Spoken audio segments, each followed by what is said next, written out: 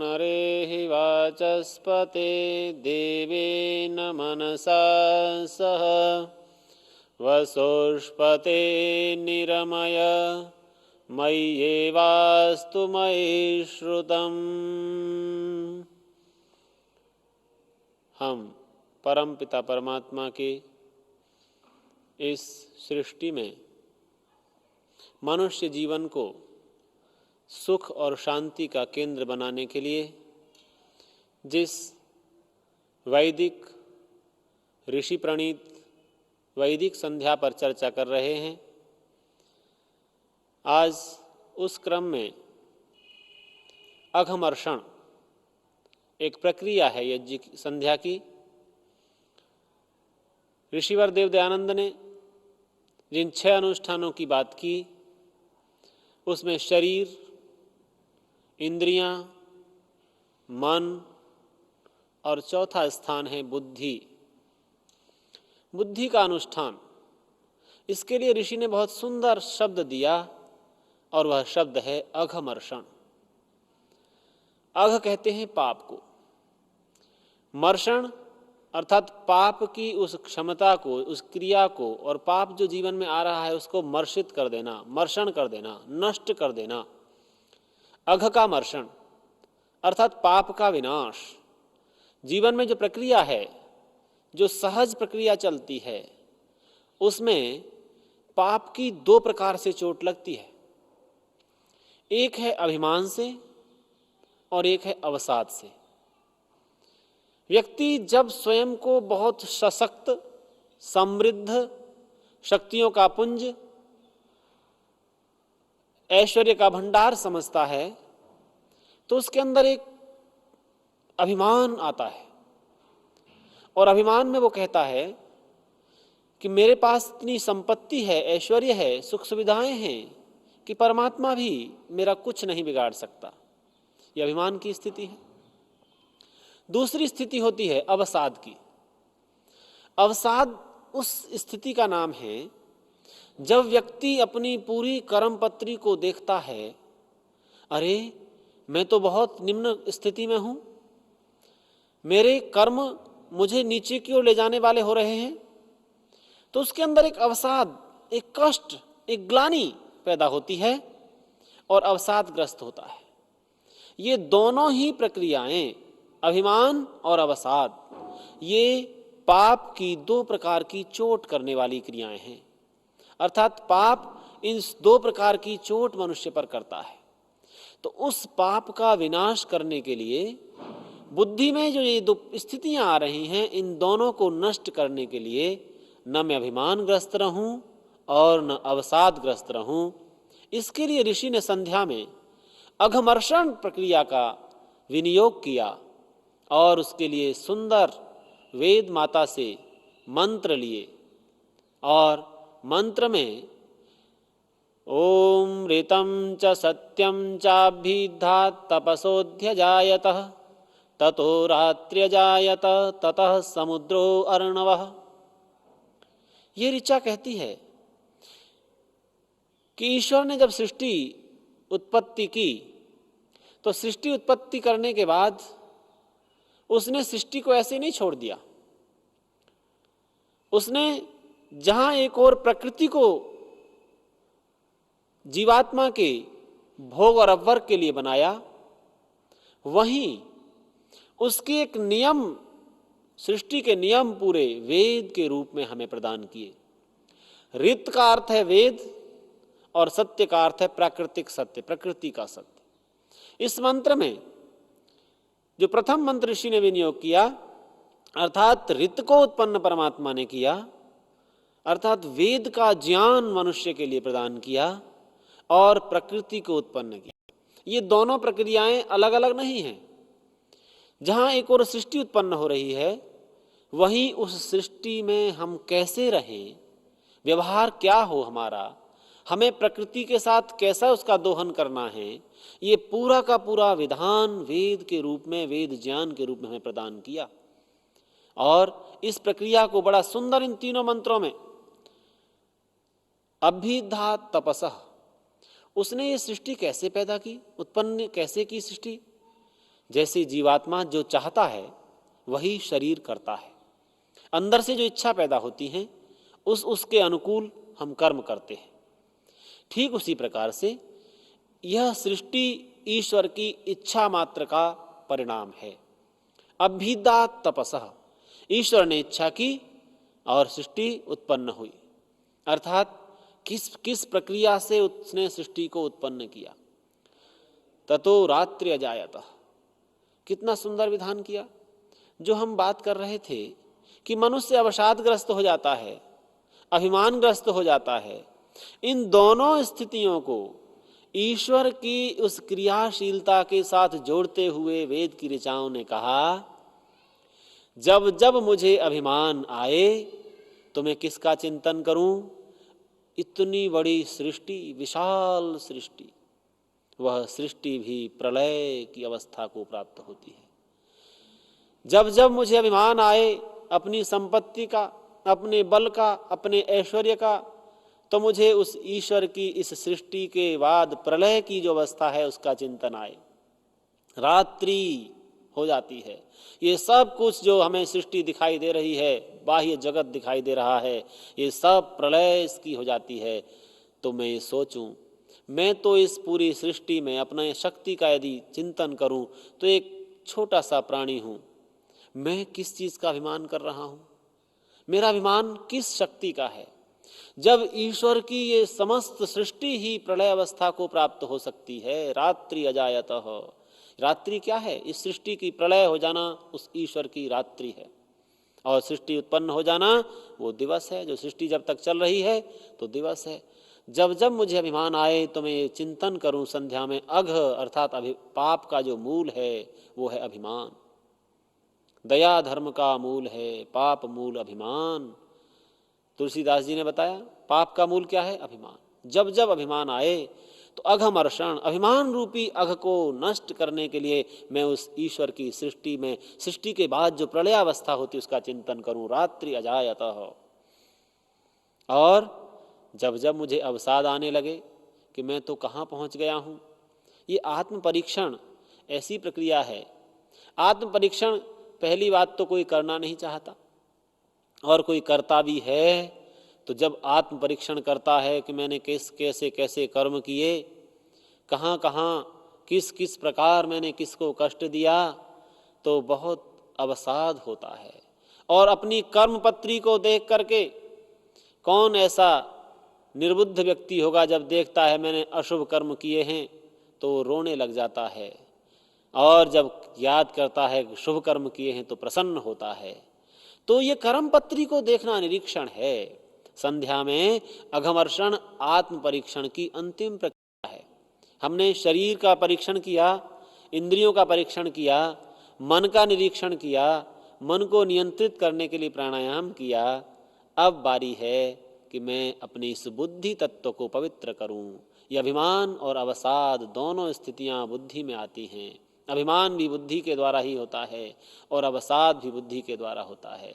मैं अभिमान से निकलने के लिए ईश्वर की उस सृष्टि के प्रलयावस्था का चिंतन कर रहा हूं, और अवसाद से निकलने के लिए मैं क्या नहीं कर सकता। अगर मैं कहीं पहुंच गया हूं निम्न अवस्था में, वहां से उठ सकता हूं, उन्नति कर सकता हूं, ऊपर उठ सकता हूं। और ऊपर उठने के लिए जैसे प्रलयावस्था के बाद भी सृष्टि की उत्पत्ति होती है, परमात्मा की इच्छा से अभ्युदा तपसः अध्यजायतः ततो रात्रि अजायतः ततः समुद्रो अर्णवः।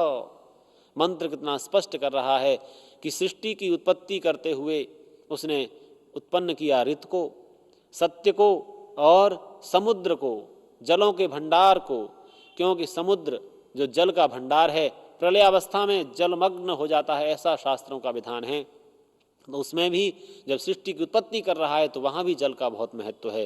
तो ईश्वर ने सृष्टि की उत्पत्ति की, इस बात को सोचकर मैं अपने अवसाद से बाहर निकल सकता हूं।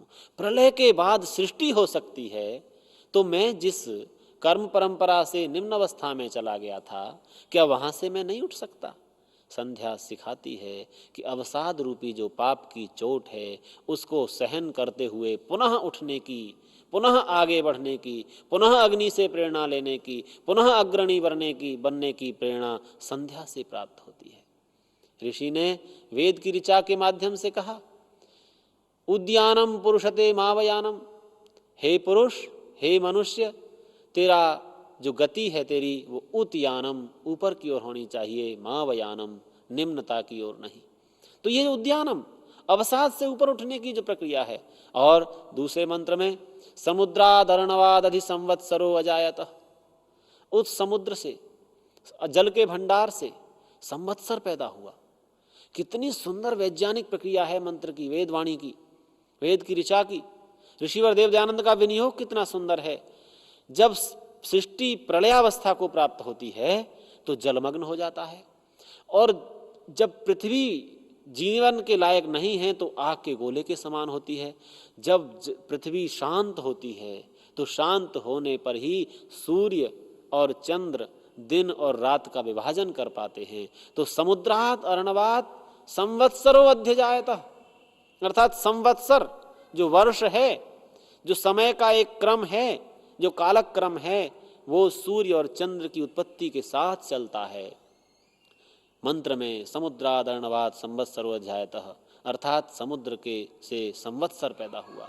और इन्हीं मंत्रों में, समग्र मंत्रों को संध्या करते हुए जब उच्चारण करें, उस परमात्मा ने ये कैसे किया, यथा पूर्वम अकल्पयत। आप देखेंगे मंत्र के भाग में, जैसे पहले अनंत अनादिकाल से सृष्टियां चली आ रही हैं, एक ही सृष्टि नहीं है ब्रह्मांड में, अर्थात अब तक एक ही सृष्टि नहीं हुई, अनादिकाल से सृजन परमात्मा करता है, सृष्टि की रचना करता है। ये अनादिकाल से रचना की जो प्रक्रिया है, जो क्षमता है, वो परमपिता परमात्मा की शक्ति का प्रतीक है। समुद्रादर्णवात संवत्सरोऽध्यायतः, और उस विश्वस्य मिषतो वसी, अर्थात विश्व का, पूरे संसार का वश में करने वाला वह परमात्मा है। और कैसे करता है, मिषतः, जैसे एक समय में हम पलक झपकते हैं, जितना समय पलक झपकने में लगता है उतना भी समय उस सृष्टि की उत्पत्ति करने में परमात्मा को नहीं लगता है। पूरे ब्रह्मांड को वश में करने वाला वह परमात्मा, एक पलक झपकने के समय को अगर हम गणना कर सकते हैं तो उस समय में सृष्टि की उत्पत्ति होती है। यथा पूर्वम कल्पयत दिवम च पृथ्वीम च अंतरिक्षम अथो स्वः। इन्हीं मंत्रों में कहा, तीन लोकों का, दिवम द्युलोक, पृथ्वी पृथ्वीलोक, अंतरिक्षम अंतरिक्ष लोक, इन तीनों लोकों को, और अंत में कहा अथो स्वः, अर्थात सुख स्वरूप। ये सृष्टि परमात्मा ने दुख के लिए नहीं बनाई। हम इस विचार को छोड़ दें कि संसार दुखमय है। ऋषिवर देव दयानंद से पूर्व ऐसी विचारधाराएं बहुत प्रभावी थीं। संसार क्षणिक है, दुखमय है, लेकिन ऋषि ने वेद की ऋचाओं के माध्यम से कहा, नहीं, संसार क्षणिक भी नहीं है, दुखमय भी नहीं है। संसार सुखों का भंडार है, अनंत सुख हैं, लेकिन उन्हें प्राप्त करने की योग्यता अर्जित करनी है, सुख की दृष्टि पैदा करनी है, एक हमें पॉजिटिव सोच पैदा करनी है, सकारात्मक सोच पैदा करनी है। और वो कैसी सोच है, जागने की।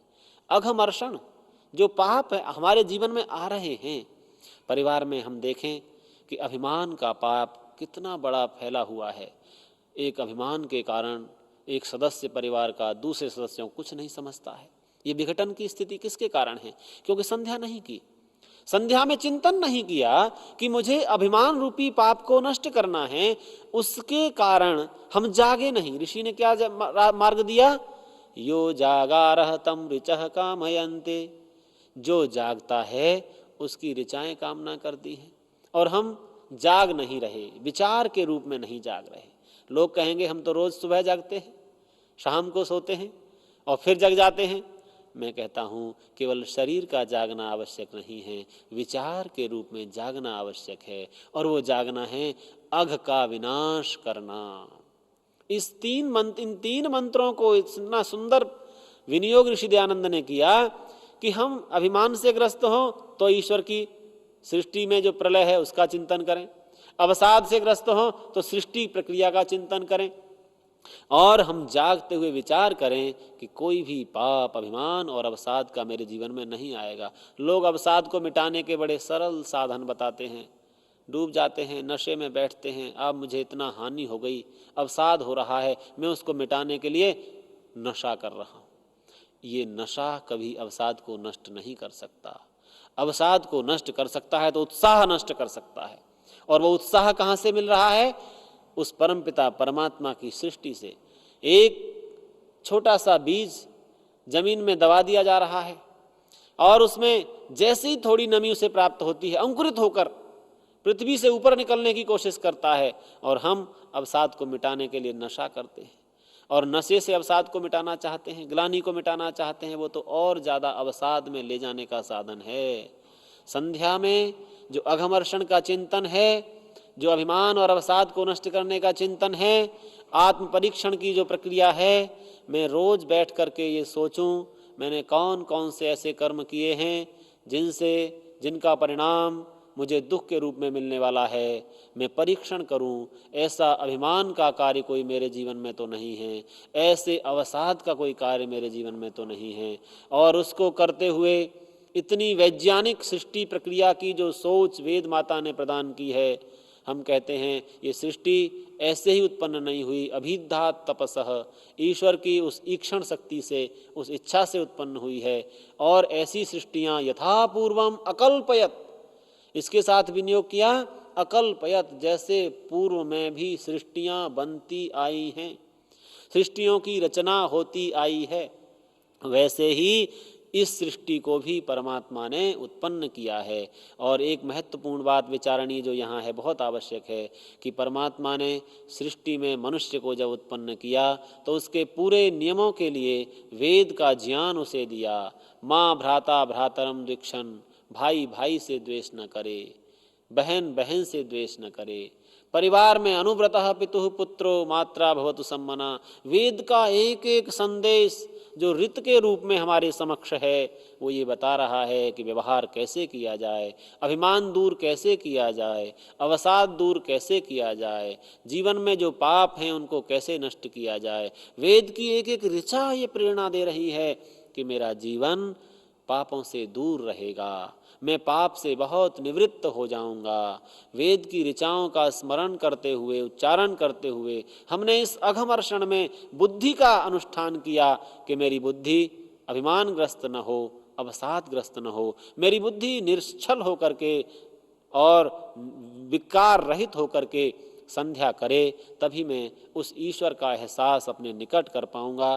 तो अघमर्षण का अर्थ है पाप का विनाश करना, जीवन में आई हुई पाप वृत्तियों को नष्ट करना, अभिमान को नष्ट करना, अवसाद को नष्ट करना। ये दोनों प्रक्रियाओं के माध्यम से हम पाप को जड़ से नष्ट कर देना चाहते हैं, तब हमारी बुद्धि पवित्र होगी और आत्म परीक्षण करते हुए तभी हम सफल हो पाएंगे।